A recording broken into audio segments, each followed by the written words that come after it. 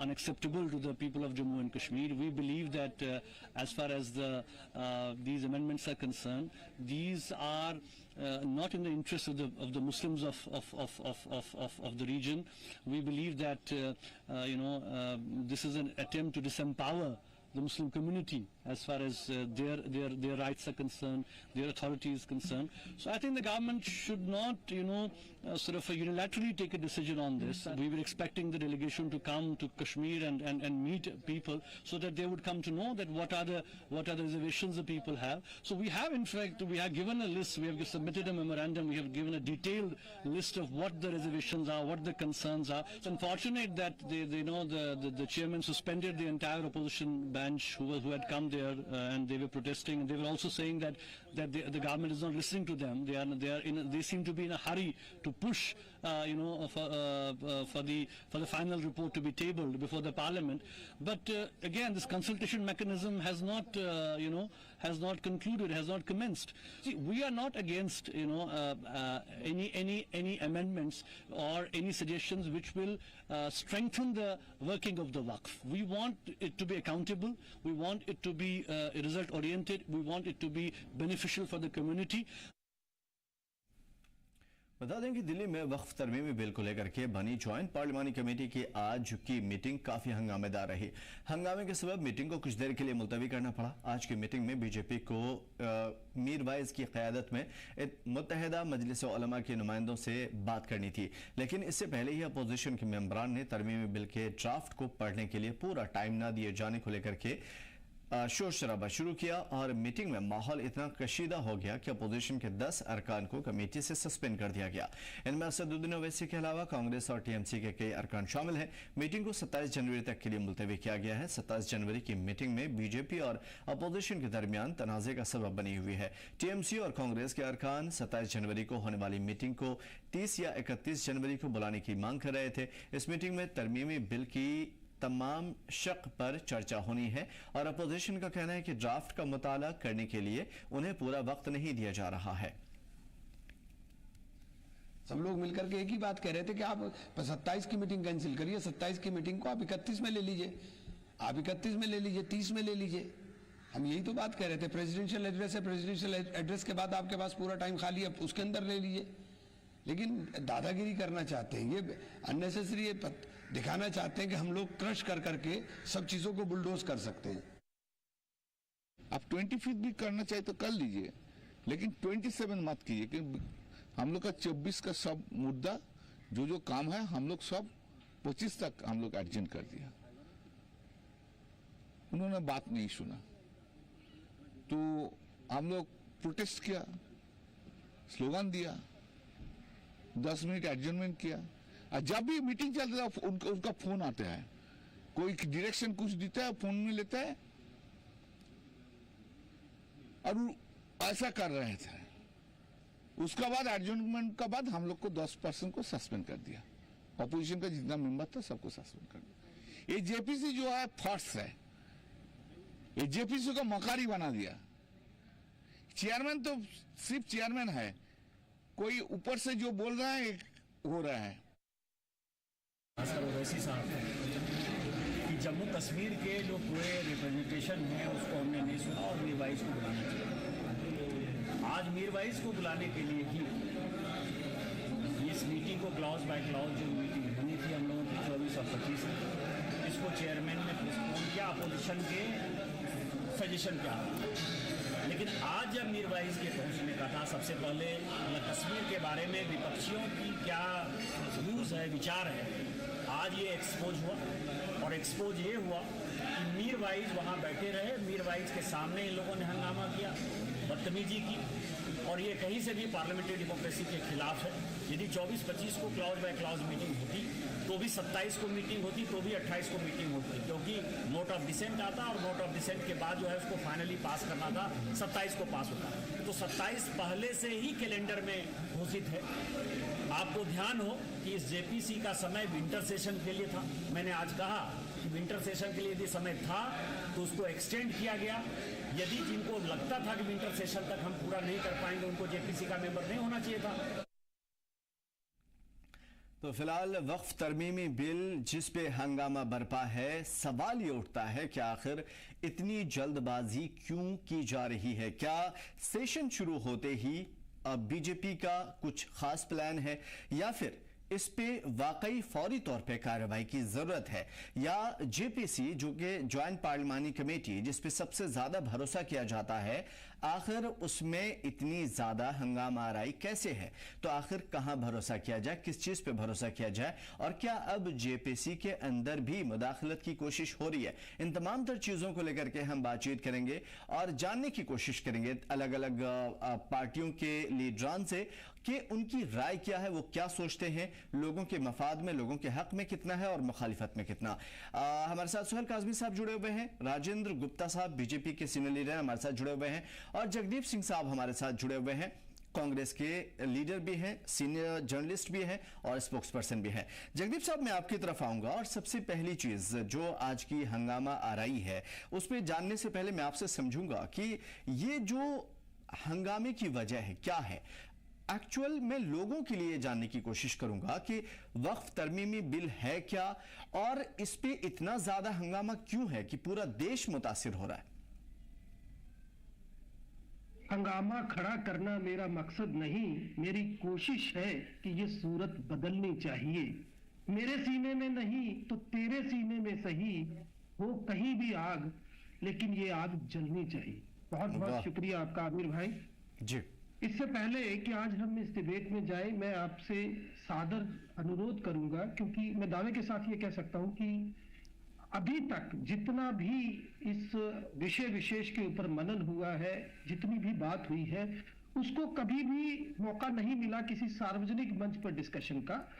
तो लिहाजा मैं आपको शुरुआत यहां से करना चाहूंगा कि सबसे पहले हम जरा देख लें कि वक्फ है क्या जी। जो आरोप सबसे पहला लगता है कि जनाब सरकारी जमीनें हैं, किसी की जमीन है या किसकी जमीन है, किसकी बात हो रही है, तो वक्फ जो बोर्ड है, दरअसल ये एक ऐसा बोर्ड बनाया गया था 1954 में, जिसमें दो तरह की संपत्तियां हैं। एक वो जो सीधी मुगल राजाओं ने या जो आजादी के पहले नवाब राजा थे जिन्होंने वो दान की, और उनकी देखभाल के लिए एक बोर्ड बना और उसके पूरे दस्तावेज है।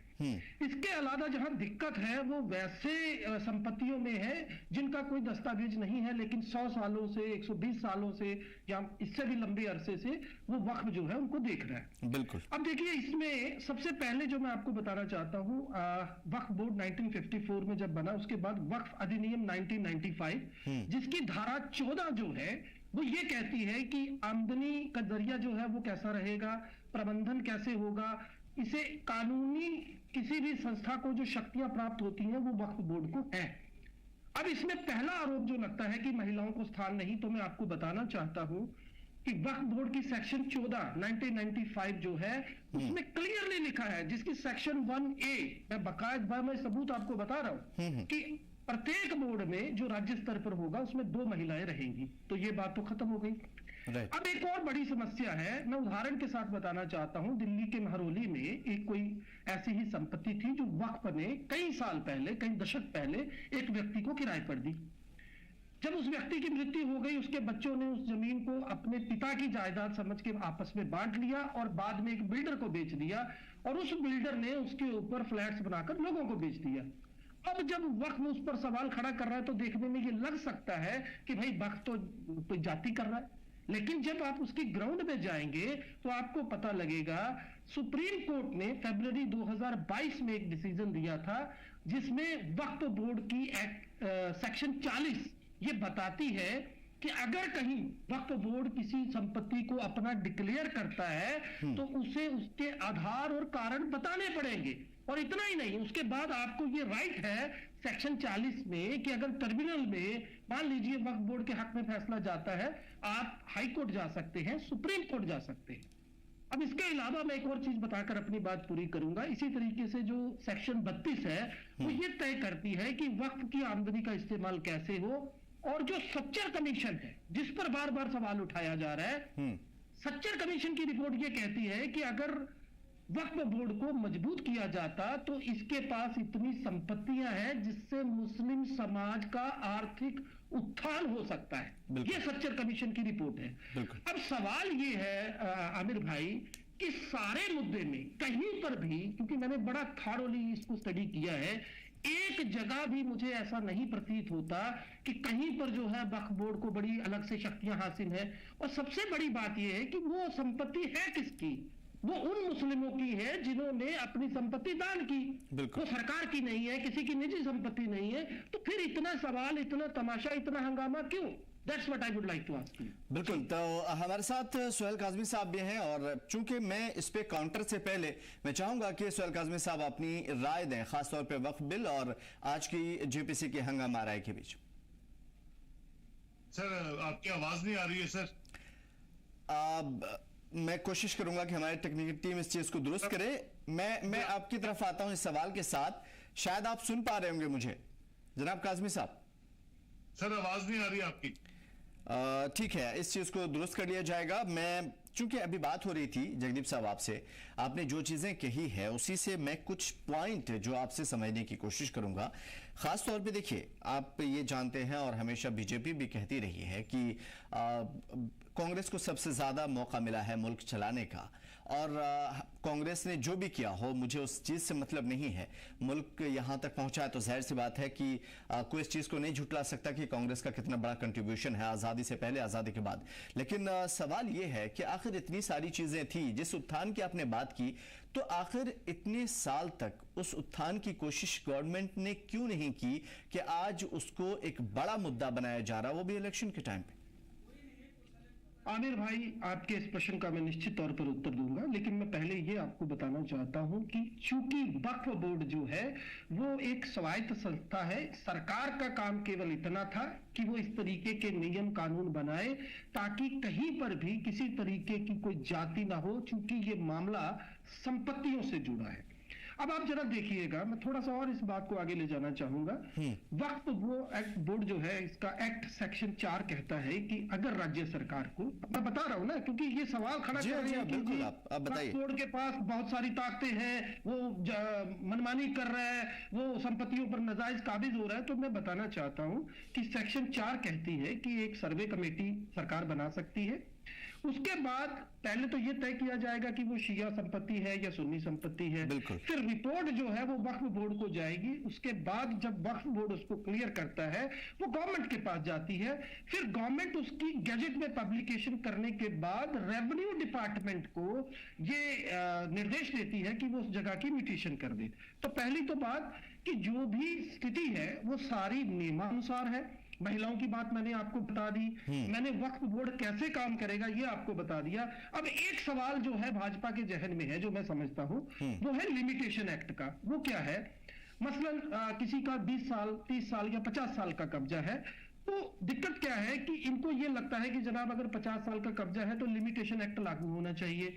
यद्यपि वक्फ के पास ये अधिकार है कि अगर 100 साल से पहले का कोई भी कब्जा है तो वक्फ बोर्ड उसके ऊपर क्लेम कर सकता है। लेकिन मैं यहां पर फिर से आपको दोहरा दूं कि इसी की सेक्शन 77 क्या कहती है, हमें समझना पड़ेगा। वक्फ बोर्ड को जब आप गंभीरता से पढ़ेंगे आप देखेंगे कई ऐसे जो लावारिस लाशें मिलती हैं उनका कफन दफन वक्फ बोर्ड करता है।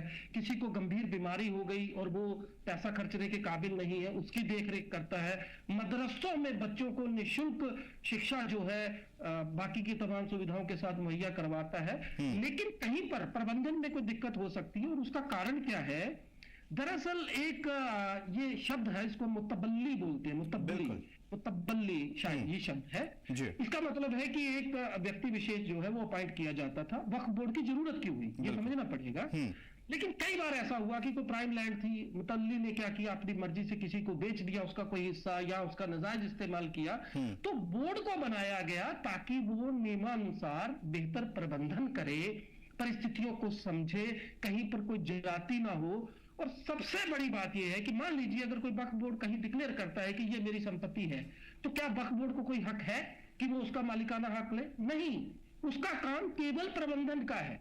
तो फिर सवाल ये है कि जब ये तमाम नियम कायदे कानून बने हुए हैं, सेक्शन 14 की बात की मैंने, 77 की 40 की, और तो और मैं आपको ये भी बता दूं कि सेक्शन 32 ये डिक्लेयर करती है कि वक्फ बोर्ड काम कैसे करेगा, आमदनी का जरिया क्या क्या होगा, प्रबंधन कैसे होगा, किस राज्य के पास जो वक्फ बोर्ड है उसके काम करने का सिलसिला, उसकी तरीकाकार क्या होगा ओवरऑल। ठीक है, तो इसमें भी कई सारी ऐसी चीजें बनती है जिसको जानना आपसे ज्यादा जरूरी है कि आखिर इतनी सारी चीजें हैं तो इस पे हुकूमत की जानिब से अभी जो भी कदम उठाए जा रहे हैं उसमें क्या प्रॉब्लम हो सकती है, खासतौर पे अपोजिशन को, ये मैं आपसे जरूर जानने की कोशिश करूंगा। लेकिन काज़मी साहब से हमारी बातचीत फिर से शुरू हो गई। काज़मी साहब, मैं आपसे समझूंगा, आज जो जेपीसी का हंगामा हमने देखा उसमें 10 के 10 जो है वो बाहर कर दिए गए, उसके साथ वक्फ बिल का जो मसला है, तनाज़ा है इतने बड़े पैमाने पर, आप हमें जरूर इसको समझाइए कि क्या है और कितना बड़ा मुद्दा ये समझा जा रहा है खासतौर पे इलेक्शन के टाइम पे। देखिए, आपके सवाल में ही थोड़ा सा जवाब है।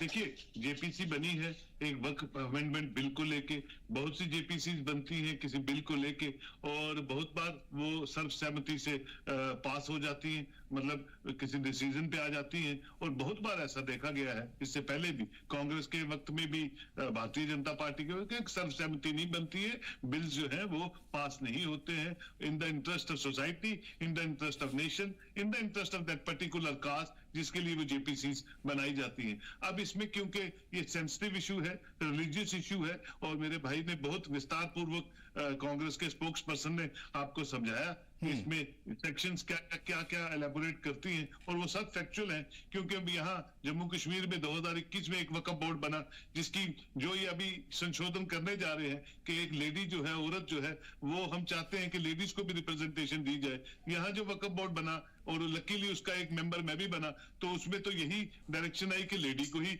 चेयरपर्सन बनाना है। और Jammu Kashmir being a Muslim majority state, और अभी तक वहां आज पहली बार वहां मुस्लिम वुमेन को चेयरपर्सन बनाया गया। और खुशकिस्मती की बात देखिए कि जो 3 मेंबर 4 मेंबर उसमें नॉमिनेट किए गए, आज तक उनको ऑन बोर्ड नहीं लिया गया। 2.5 साल हो गए, 3 साल, ना उनको एम्पावर किया गया, ना उनकी किसी बोर्ड मीटिंग में कोई से है सिवाय चेयरपर्सन के, क्योंकि वो भारतीय जनता पार्टी की एक नेता है, छोटी है या बड़ी है, क्योंकि वो चेयरपर्सन बना दी गई है। और हमारी कितनी लैंड्स हैं वक्फ बोर्ड की जो सुप्रीम कोर्ट की डायरेक्शन के बाद, ऑनरेबल ट्रिब्यूनल की डायरेक्शंस के बाद वक्फ बोर्ड को वापस की गई। और फाइनली स्टेट गवर्नमेंट जो यहाँ एलजी लेड एडमिनिस्ट्रेशन चल रही थी, उन्होंने हाउसिंग बोर्ड के माध्यम से वो ले ली, जेडीए के माध्यम से वो ले ली।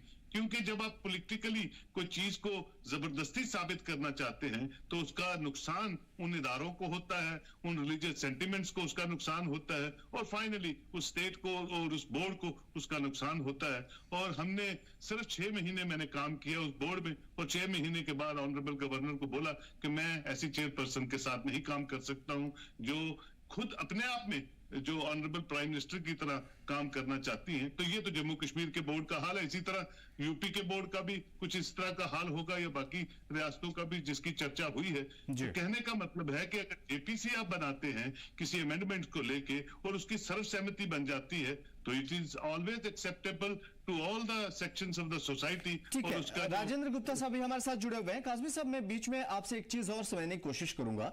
आपने कहा कि एक खास खातून, एक खास पर्टिकुलर जमात से जो अपनी मनमानी की वजह से कहीं ना कहीं एक बोर्ड मीटिंग में सदस्यों को नहीं बुलाती हैं, क्या इसी चीज को आधार बनाते हुए हम ये समझें कि बाकी जो है सेंट्रल वक्फ बोर्ड में या फिर स्टेट में जितनी भी हैं, यहां भी इसी तरह की चीजें हैं, अलग अलग जमातों से लोग हैं, अलग अलग मकतबे फिक्र से लोग हैं जो वक्फ को सही ढंग से नहीं चलाने दे रहे, और यही वजह है कि गवर्नमेंट इन तमाम तर चीजों को सही एक पंक्ति में लाने के लिए कोशिशें कर रही है? तो इसमें बुरा क्या हो सकता है?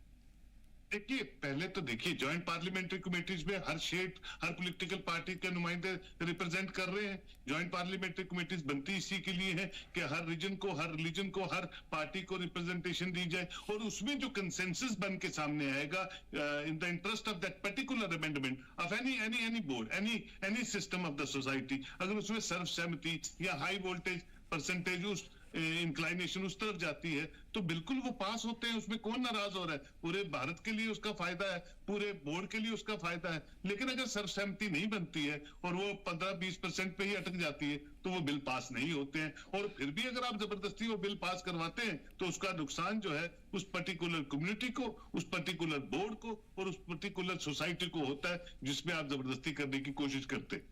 बिल्कुल। राजेंद्र गुप्ता साहब, मैं आपकी तरफ सीधा आऊंगा। क्या वाकई बीजेपी अपनी पावर के दम पर हर जगह जबरदस्ती करने पे तुली हुई है, और खासतौर पे ऐसा मौजू जब इलेक्शन हो बिल्कुल दिल्ली के अंदर? सबसे पहले मेरा नमस्कार, आदाब। नमस्कार। मैंने दोनों साथियों को बड़े आराम से सुना। जी। मेरे कांग्रेस के साथी बैठे हैं, उन्होंने डिटेल में आपको सारे वो पढ़ के बताए क्या क्या क्या कानून है, क्या नहीं है। जी। सोहेल काजमी साहब एक हमारे बड़े लिटरेरी पर्सन हैं, उन्होंने आपसे सारी बात करी।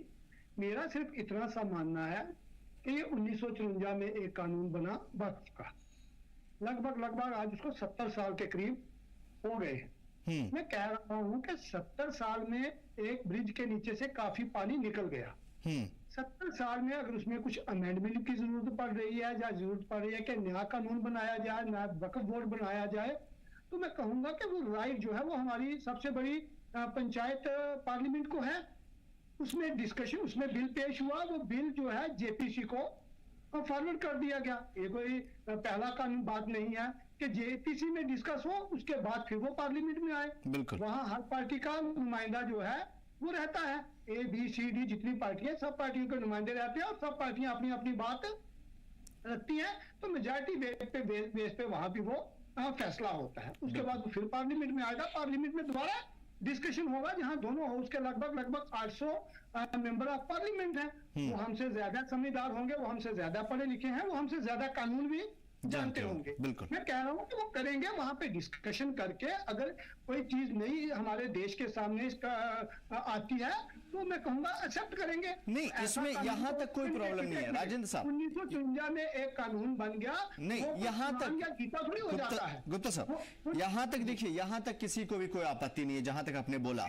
असल में मसला यहां पे आ रहा है, आज के जो मेंबरान थे जेपीसी के, उन्होंने भी इल्जाम लगाया कि इतनी जल्दबाजी क्यों है, क्या 31 से जो सेशन शुरू हो रहा है इसमें आपको पेश करना है, क्योंकि अब जो मीटिंग होगी तो इसमें जाहिर है कि वोट डाले जाएंगे और इसमें बात एक सहमति बन जाएगी। तो जल्दबाजी क्यों है? ताकि गवर्नमेंट को यह दिखाना है कि लो हमने मुसलमानों के लिए एक या फिर आम लोगों के लिए एक खास कम्युनिटी को यह दिखाना कि हमने ये भी कर दिया, चलो जल्दबाजी पे सवाल उठ रहा है। मेरा मानना है कि इस हिंदुस्तान में हर 2 महीने के बाद कोई ना कोई इलेक्शन भाई साहब रहता है। आज दिल्ली में है, कल बिहार में होगा। इसीलिए एक बात चल रही है 1 नेशन 1 इलेक्शन की, कि एक बार 5 साल में वोट पड़े, 5 साल फिर सरकारें काम करें। ये एलिगेशन लगते रहेंगे। आप कह रहे हैं जल्दबाजी, मैं कह रहा हूं जल्दबाजी नहीं है। बिल पेश हुआ पार्लियामेंट में, अगर जल्दबाजी करनी होती थी, नंबर हमारे पास वहां पे है, हम पास करके साइड पे कर देते। हमने जेपीसी को दिया ना, इसीलिए दिया कि इसको टाइम दिया जाए। जेपीसी का 2 बार टाइम बढ़ चुका है, 2 बार जेपीसी का टाइम बढ़ चुका है, फिर भी आपको जल्दबाजी नजर आ रही है। तो मैं कह सकता हूं जल्दबाजी नहीं है, मगर ये चीज तो जरूर है भाई साहब कि एक चीज टेबल पे आएगी, उसका निपटारा आज नहीं होगा, कल होगा। मैं कहूंगा कि और 2 महीने बाद, 3 महीने बाद बिहार के इलेक्शन शुरू हो जाने हैं, फिर आप कहेंगे बिहार के इलेक्शन को मद्देनजर रख के किया जा रहा है। हम भारतीय जनता पार्टी की जो ये सरकार है, ये इलेक्शन को कोई चीज मद्देनजर रख के नहीं करती। अगर सारी चीजें इलेक्शन को मद्देनजर रख के करनी होती तो फिर तो यहाँ GST लागू नहीं हो सकता था, फिर नोटबंदी नहीं हो सकती थी, फिर तो कुछ नहीं हो सकता था ना। फिर इस फैसले करने हैं, पॉलिटिकल लोग हैं जो अपोजिशन में, उनका काम रहेगा, वो कहीं इलेक्शन के साथ जोड़ेंगे, कहीं किसी चीज के साथ जोड़ेंगे।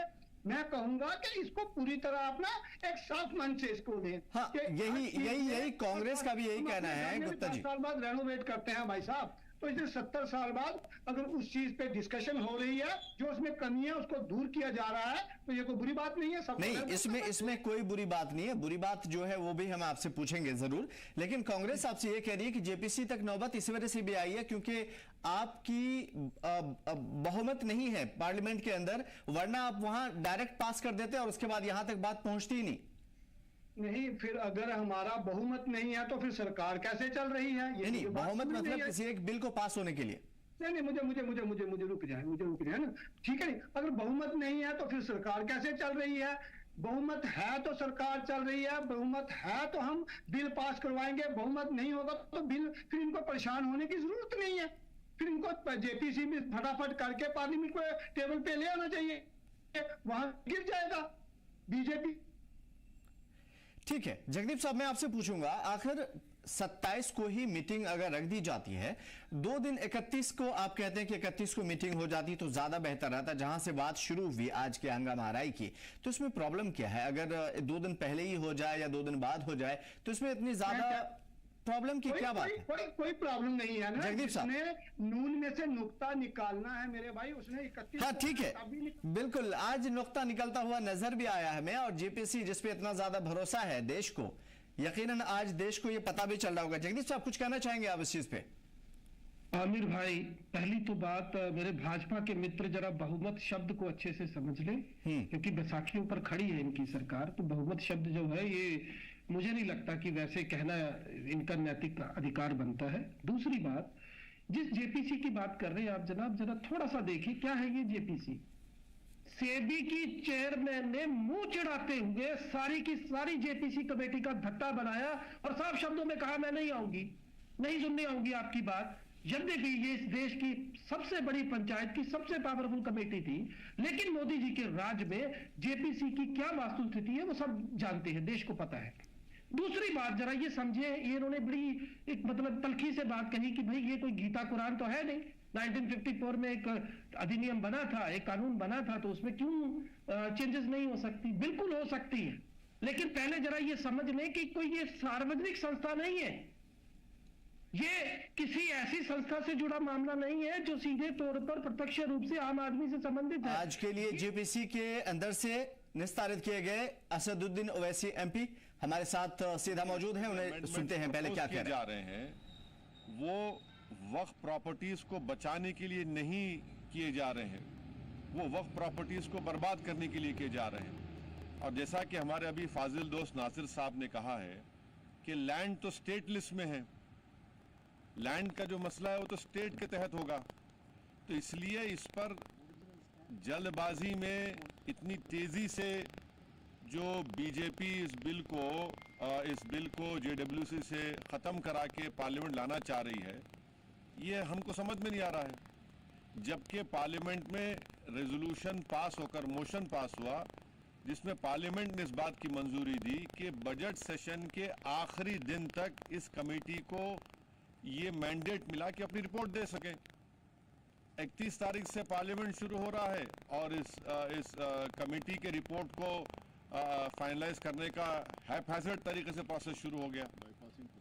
आप अंदाजा लगाइए कि हम लोग कोलकाता एयरपोर्ट पर बैठे हुए हैं लखनऊ जाने के लिए, और वहां पर हमारे को ये मैसेज आया था कि आपको जो क्लॉज बाय क्लॉज अमेंडमेंट्स देना है आपको सिर्फ 48 घंटे दिए जा रहे हैं। आप सोचिए कि अगर किसी लॉयर के पास भी हम चले जाएं, प्रैक्टिसिंग लॉयर के पास, उससे कहें कि 48 आवर्स में आप तैयार करो, कौन तैयार करेगा? ये जानते नहीं हमको कितनी मुश्किलात से हमको विद इन 48 लखनऊ गए। लखनऊ में भी हमने एयरपोर्ट पर कहा चेयरमैन से, लखनऊ पे कहा कि सर 2 दिन में नहीं हो पाएगा, इस टाइम को बढ़ाया जाए, नहीं बढ़ाया गया। फिर हम लोग किसी भी तरीके से अपने अपने अमेंडमेंट्स भिजाए सेक्रेटेरिएट को, कमेटी के, और फिर एजेंडा आया कि 24 और 25 को क्लॉज बाय क्लॉज अमेंडमेंट होगा। कल रात में 11 बजे एजेंडा चेंज हो गया, मीटिंग कैंसिल हो गई। अभी आप 27 को मीटिंग रख रहे हैं, तो ये समझ में नहीं आ रहा कि आखिर ऐसी क्या जल्दबाजी, ऐसा क्या आसमान गिरने वाला है। ये बहुत ही नाजुक कानून है, नाजुक बिल है, इसके प्रोविजंस के असरात बहुत फार रीचिंग होने वाले हैं ऑन द वक्फ प्रॉपर्टीज। पर अफसोस के साथ हमको ये कहना पड़ रहा है कि ये जो जिस तरीके से बीजेपी की सरकार जेडब्ल्यूसी से इस बिल को ख़त्म कराकर पार्लियामेंट आना चाह रही है, ये प्रोसेस ठीक नहीं है, गलत है। इस देश की हर वक्फ प्रॉपर्टी पर इसका असर पड़ेगा और वो बर्बाद हो जाएंगे पूरे। लैंड एक स्टेट इशू है, इसमें सुप्रीम कोर्ट के जजमेंट्स है, वक्फ बाय यूजर सेक्शन 40, ये सब सुप्रीम कोर्ट ने अपहेल्ड किया इसको।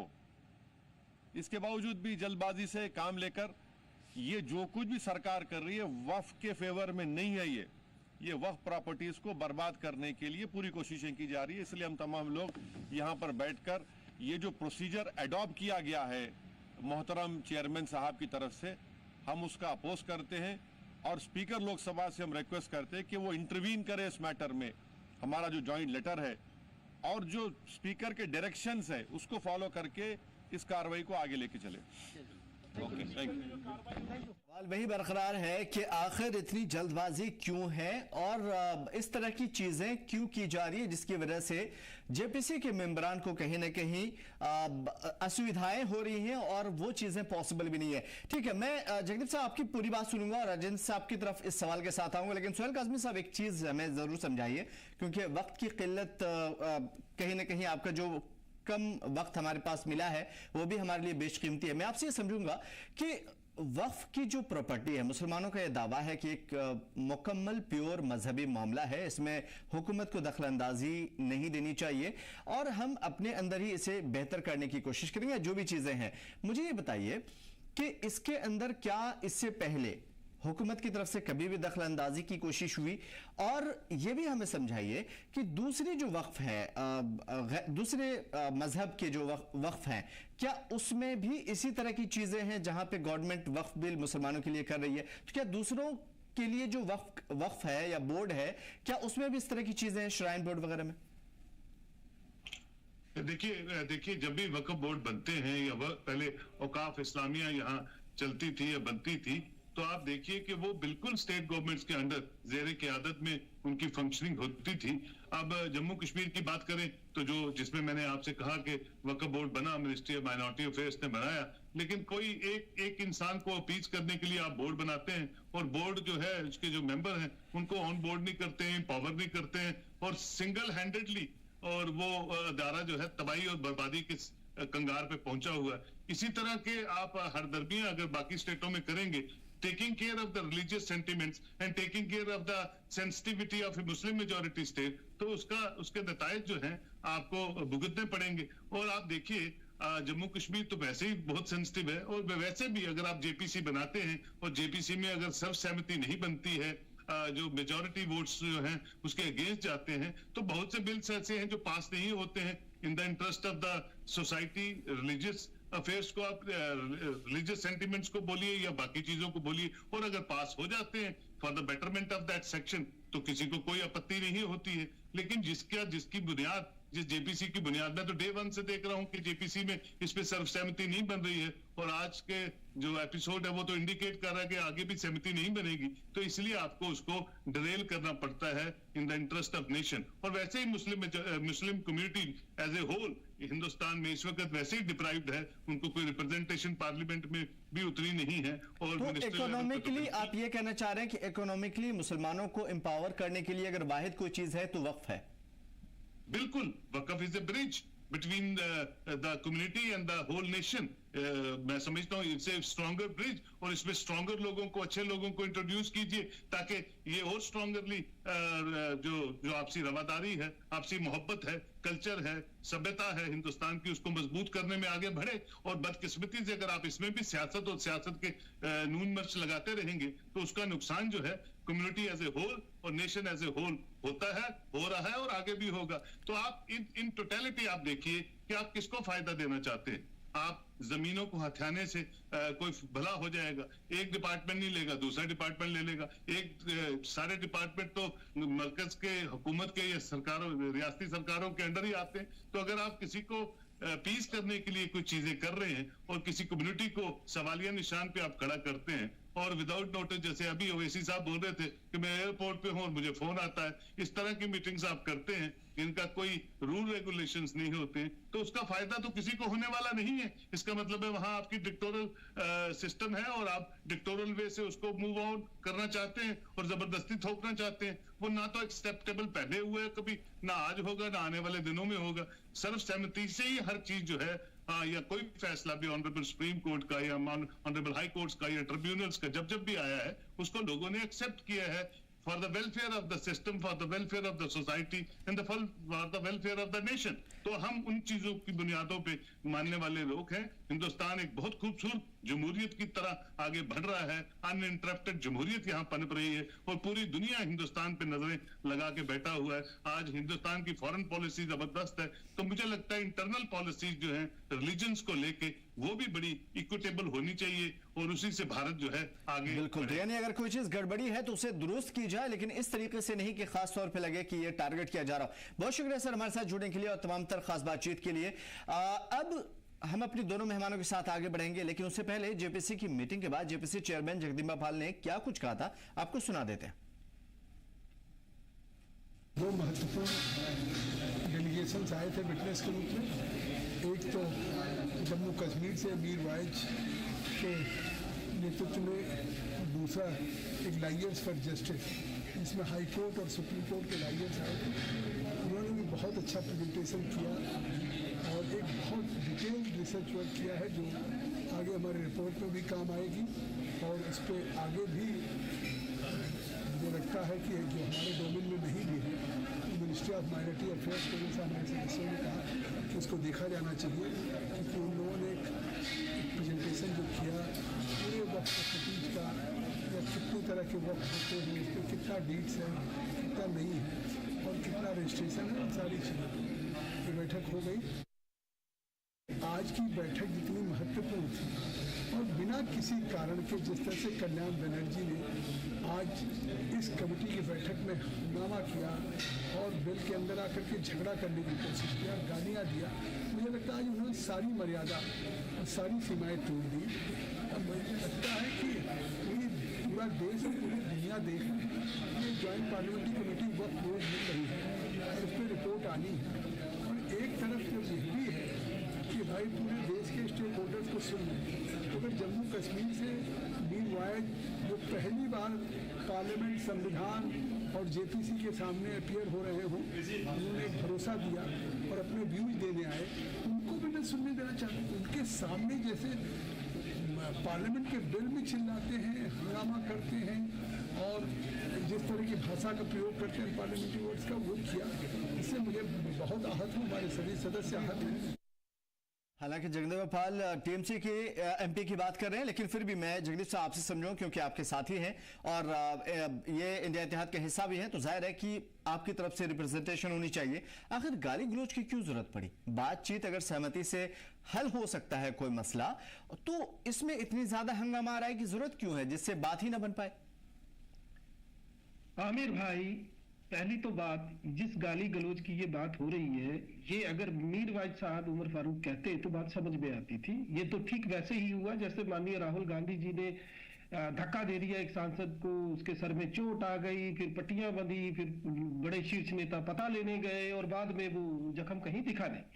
तो इसका कोई मायने नहीं। और मैं बड़ी ईमानदारी से आपको बताना चाहूंगा कि चेयरमैन साहब को यही नहीं पता कि मीर वाइज किसी का नाम नहीं होता। मीर वाइज एक उपमा है, एक तरह का सम्मान है जो मुस्लिम धर्म गुरुओं को मिलता है। और मीर वाइज ये वही शख्स है जिनके वालिद के जनाजे में भी गोलियां दागी गई थी। तो पहले तो आप ये समझ लीजिए कि आप जिसको बुलवा रहे हैं आप जानते नहीं वो है कौन और वो क्या कहना चाहता है। और दूसरी बात मैं फिर से कहूंगा, आपने सुना ओबीसी साहब ने जो बात की सेक्शन 40 की, वही मैं आपको बता रहा था। हेमंत गुप्ता, जस्टिस हेमंत गुप्ता ने फरवरी 2022 में ये स्पष्ट कर दिया। लेकिन अब मैं इस पूरे मामले में एक और बात आपको बताना चाहता हूँ। दरअसल क्या है कि कुछ ऐसी संपत्तियां हैं, दिक्कत कहाँ है मैं बताता हूँ, इनकी मंशा क्या है। जैसे सुहेल काजमी साहब ने कहा, वो दर्शंखा अंद्राबी का नाम ले रहे थे। वो मोहतरमा पहले अपनी पार्टी चलाती थी, सोशलिस्टिक डेमोक्रेटिक पार्टी, बाद में भाजपा में शामिल हुई और उनको इन्होंने उसी धारा का जिसका मैं जिक्र कर रहा था 13 का इस्तेमाल करके उन्हें बना दिया चेयरमैन। बहुत अच्छी बात है। लेकिन आपको ये उन्होंने बतौर भुक्तभोगी बताया कि वो भी सदस्य थे और उनको पूछा तक नहीं जाता था। ये स्थिति। दूसरी बात यह है, मैं जिन संपत्तियों की बात कर रहा हूं, मसलन कहीं एक आबादी मुस्लिम कम्युनिटी की थी कई साल पहले, बाद में वो लोग वहां से चले गए, लेकिन वहां कोई कब्रिस्तान है जो अभी इस्तेमाल नहीं होता। तो उस स्थिति में उस प्रॉपर्टी का क्या होना चाहिए, ये एक बड़ा सवाल है। इसमें शरीयत क्या कहती है मैं नहीं जानता, लेकिन जो कानूनन रूप से मैं कहूं तो उसमें कम से कम ये अख्तियार वक्फ बोर्ड को है कि वो उसकी चारदीवारी करके और कुछ नहीं तो उस पर किसी तरीके की कोई पार्किंग बना दे। अब इनका जो सारा जोर है, फोकस है, वो ये है कि वक्फ बोर्ड के पास असीम शक्तियां हैं। मैंने आपको बड़े सिलसिलेवार ढंग से बताया कि कहीं पर ऐसा नहीं है। और दूसरी बात जो भाजपा के मित्र ने कहा कि ये गीता कुरान नहीं है, बिल्कुल नहीं है। लेकिन आप आधार में देखिए ना, मामला किसका है? उन संपत्तियों का है जो एक मुस्लिम ने एक मुस्लिम संगठन को दान की। तो भाई उसमें ना वो किसी की निजी संपत्ति है ना सरकारी संपत्ति है। ये जरूर है कि अगर वक्फ बोर्ड ईमानदारी से काम नहीं करता, जैसे जम्मू कश्मीर का आपने अभी सुना, या जो आमदनी होती है उसका सही तरीके से इस्तेमाल नहीं होता, उसमें कोई गड़बड़ झाला है, तो उसके लिए जांच बिठाइए। लेकिन अगर आप महिलाओं की बात करते हैं, वो अधिकार सुरक्षित है। सच्चर कमीशन ने जो कहा वो आपके सामने है, बाकी की तमाम धाराएं आपके सामने। तो क्या आप ऐसा है जिसकी तवक्को कर रहे हैं, और इतनी जल्दबाजी क्यों है आमिर भाई? और जेपीसी की आप बात करते हैं तो माधवी बुच ने क्या हाल किया जेपीसी का, पहले तो जरा ये बता दें। आप ही ने गठित की थी। और एक और इंपॉर्टेंट बात करके मैं अपनी बात पूरी कर दूंगा।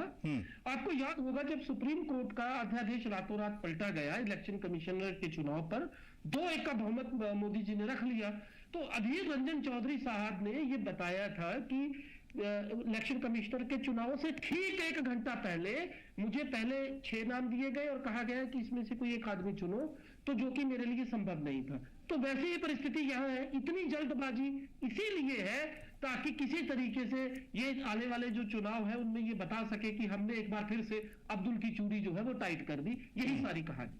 ठीक है गुप्ता साहब, मैं आपकी तरफ आऊंगा। जाहिर सी बात है सारी चीजें आपके सामने में है। देखिए, मुसलमानों का ये कहना है कि ये मजहबी मामला है, हमारी संपत्ति, हम इसे बेहतर तरीके से कवर अप करना चाहते हैं, तो इसमें जाहिर सी बात है आपकी मुदाखलत या फिर आपके हाथ में हम लगाम क्यों दें?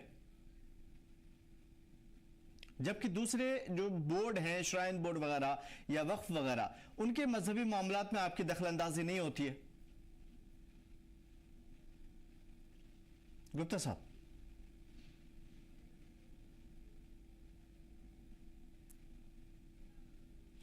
गुप्ता साहब शायद मोबाइल म्यूट हो गया आपका। बिल्कुल बिल्कुल, अब आवाज आ रही है, बोलिए। हाँ बोलिए, अपना सवाल दोहराएंगे जी। हाँ बिल्कुल, मैं ये कह रहा था कि जिस तरीके की सारी बातें आपके सामने में आई, मैं ये पूछूंगा, मुसलमानों का भी कहना है कि भाई ये एक मजहबी मामला है, हमारी संपत्ति हम इसे एक्वायर करेंगे, बेहतर तरीके से चलाएंगे, इसमें आपको लगाम लगाने की क्यों जरूरत पेश आई, जबकि दूसरे मजहब के मामले में तो आप ऐसे नहीं करते।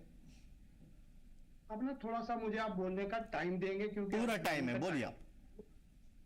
क्योंकि आज बड़ा मैं देख रहा हूं, एक तो जो मेरे कांग्रेस के साथी बैठे हैं उनको लगता है कि मेरे बाद में लाइक लोग दुनिया में पैदा होने खत्म हो गए। ऐसा नहीं है, ठीक है नहीं। वो कह रहे थे कि बैसाखियों के सहारे पे सरकार चल रही। भाई साहब, तीसरे टेन्योर में हम 242 एमपी अपनी ताकत में जीत के लाते हैं। ये 3 टेन्योर में 242 एमपी नहीं जीत के ला पाए। इनके राहुल गांधी जी पिछले 60 इलेक्शन में से 54 इलेक्शन हार चुके हैं।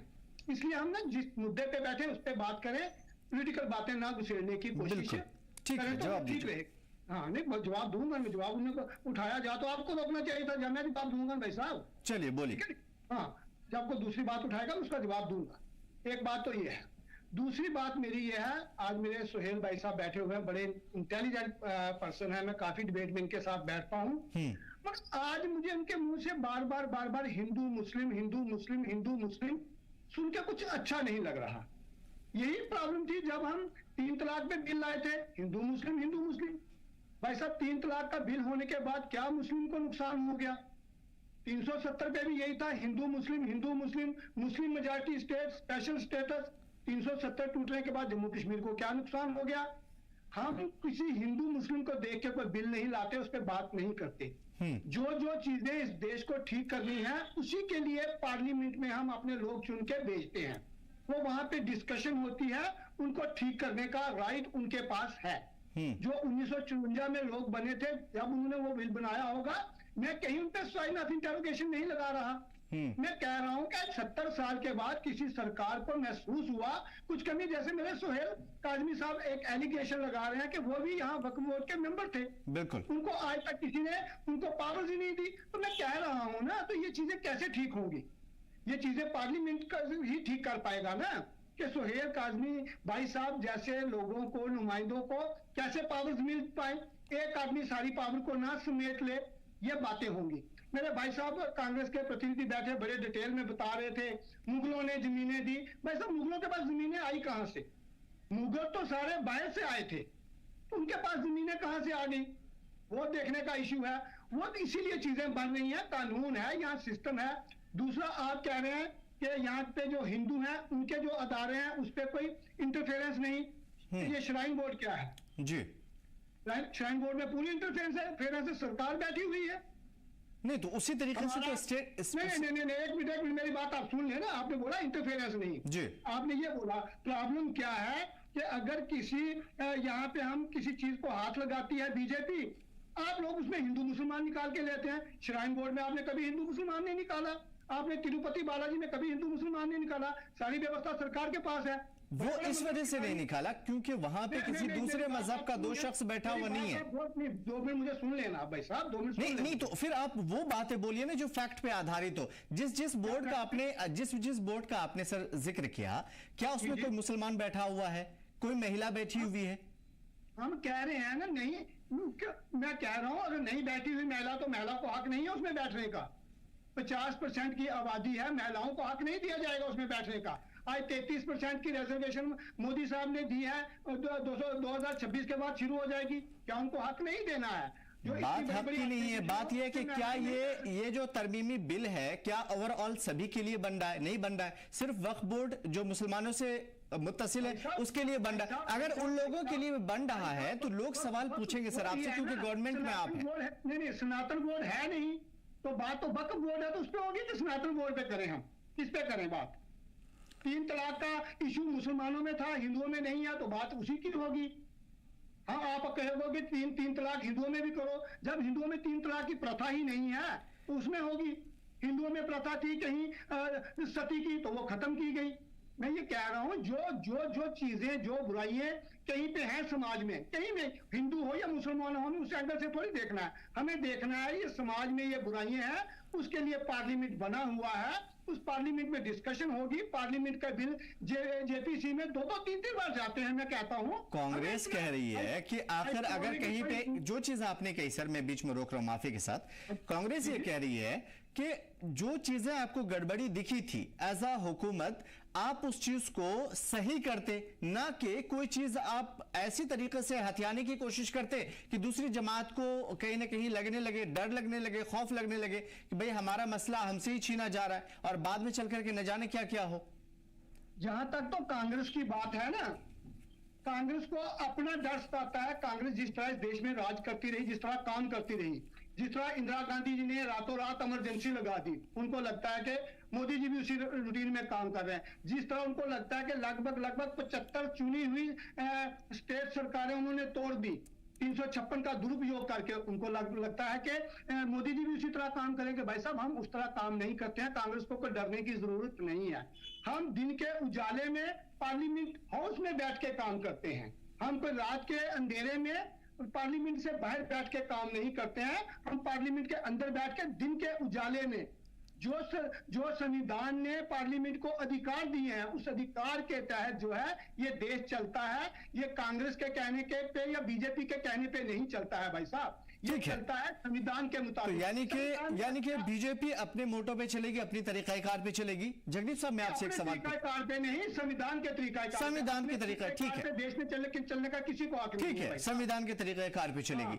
जगदीप साहब, मैं आपसे समझूंगा कि अगर किसी भी चीज को टाइट करने के लिए या बेहतर करने के लिए हुकूमत कोई फैसला लेती है तो इसमें अपोजिशन को क्या दिक्कत है?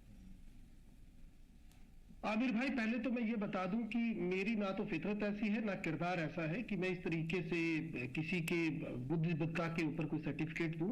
इन्होंने बहुमत की बात की तो मैंने ये बोला, और मैं फिर से बता दूं कि जिन 240 का आप हवाला दे रहे हो, एडीआर की रिपोर्ट जो है और एडीआर की जो जांचिका है वो सुप्रीम कोर्ट में है, जिसमें 80 सीटें ऐसी है जिस पर आपने टोटल वोट से ज्यादा वोट्स जो है वो काउंट हुए हैं ईवीएम के मुताबिक। बराए मेहरबानी ये आपको बताना पड़ेगा कि जिन नायडू साहब के साथ आज आप सत्ता नसीन है, उन्हीं के प्रदेश के अंदर 10,000 रुपया महाना हर मस्जिद को दिया जाता है। वहां आप सवाल चलिए उस मुद्दे पे हम जगदीप साहब कर लेंगे, बातचीत करेंगे उस पे। कर रहे हैं ना, जिस तरीके से ये बात करते हैं, इनकी बातों में नफरत झलकती है। और दूसरी बात मैं इनको जरा बता दूं कि भाई साहब, आप किस संविधान की बात करते हो? कहां गई ज्योति मिर्धा आपकी, लल्लन सिंह, अरुण गोविंद, किस किस का नाम बताऊं? और बराए मेहरबानी आज जिसके ऊपर डिस्कशन था मैं उसी पर था। हाँ, हुकूमत का जिक्र आपने किया। प्लीज इसी वजह से आप दोनों मेहमानों से रिक्वेस्ट करूंगा कि प्लीज इसी नहीं है ना जिस तरीके से बात कर रहे हैं। माननीय राहुल गांधी जी इतनी बार हार गए, कभी आपके भी तो 2 सांसद थे, किसी ने बोला? और आज पूरे देश के अंदर इलेक्शन कमीशन का जो तरीका है चुनाव करवाने का पूरी दुनिया देख रही है। तो बराए मेहरबानी मुद्दे पर रहे। और मुद्दा ये है आमिर भाई, मैं फिर से बता दूं कि देखिए मुगलों का इन्होंने हवाला दिया। मैं ये कब कह रहा हूं कि भाई वो संपत्ति जो है मुगल साथ लेकर आए थे, मैं आपको बता रहा हूं कि संपत्तियों के 2 प्रकार हैं। उन 2 प्रकारों की संपत्तियां जो है हाँ, कानून के रूप से आपने बताया, ठीक है। अब दूसरी बात ये है, सवाल ये है कि इतनी जल्दबाजी किस बात की है? इनको ऐसी क्या कहीं कोई आग लगी हुई है जिसको बुझाने जाना है? इतनी जल्दबाजी सिर्फ और सिर्फ मैं फिर से बता दूं, अगर ये उस तरीके का इनके पास बहुमत होता जैसा मोदी सरकार के पहले 2 कार्यकाल में था, शाम को इनको सपना आया, रात को इन्होंने फोन करके बता दिया स्पीकर को, दूसरे दिन टेबल पर हाथ थपथपाए गए और कानून पास हो गया। अब वैसी स्थिति नहीं है, इसीलिए बोल रहा हूं बैसाखियों के सहारे है और इसीलिए जेपीसी में गई ये सारे का सारा। तो अब मसले का हल कहां है? जेपीसी में आप देख ही रहे। हल ये है, देखिए मसले का हल ये है, आप एक समाज विशेष के पीछे बार बार किसी एक विषय विशेष को हवाला देते हुए उसको मुद्दा बनाते हुए, अभी ये 3 तलाक की बात कर रहे थे तो मैं इनको बता दूं कि भाजपा के ये एक बहुत बड़े नेता है जम्मू कश्मीर के, जिन्होंने ईमेल पर अपनी धर्मपत्नी को तलाक की डिग्री भेज दी थी। तो सर, अच्छा सर उस पर हम बात कर लेंगे, लेकिन हमें मुद्दे का हल बताइए, जरूर करेंगे ना। तो मैं बता रहा हूं कि बराए मेहरबानी ये मुस्लिमों के धार्मिक संस्थानों से जुड़ा मामला है जिसे कानूनन रूप से अमली जामा पहनाया गया है। अगर आप इस पे कोई डिबेट चाहते हैं, अगर आप चाहते हैं कि कानून में संशोधन होना चाहिए, तो बराए मेहरबानी जेपीसी के तमाम विपक्षी सदस्यों को पूरा मौका मिलना चाहिए ताकि वो अपने जितने ऑब्जेक्शंस हैं वो भेज सके, उन पर बात कर सके। और ये कह देना कि गाली गलौज किया गया है एक एंड से, जैसे कि मैंने पहले बताया, जो आपने इसी देश की सबसे बड़ी पंचायत के अंदर देखा, मैं उसे बेमानी मानता हूं। और जेपीसी की क्रेडिबिलिटी जिस तरीके से माधवी बुच ने चैलेंज की थी, उसके बाद कोई बहुत ज्यादा तवक्को इस देश को इस जेपीसी से है नहीं। और मैं उम्मीद करता हूं कि कम से कम इस विरोध के बाद विपक्षी नेताओं को पूरा मौका मिले अपनी बात रखने का, और उसके बाद कानूनी रूप से इस पर गहनता से विचार विमर्श हो। और अगर कहीं पर इनको लगता है कि किसी ऐसे संशोधन की जरूरत है जिससे वक्फ बोर्ड जो है और बेहतर काम कर सके, तो उसमें किसी को ऐतराज नहीं है। जी आमिर भाई, बिल्कुल। तो यानी कि बातचीत से अगर मसले हल हों तो यकीनन किसी को प्रॉब्लम नहीं होगी, लेकिन अगर जिस तरीके से अपोजिशन या फिर दूसरे एमपीज जो अभी फिलहाल अपनी बात रख रहे थे, उन्होंने भी कहा है कि सरकार की या फिर जेपीसी में जो लोग पावर में बैठे हुए हैं उनकी नीयत साफ नहीं। खैर ये उनका इल्जाम है, ये सही भी हो सकते हैं, गलत भी हो सकते हैं।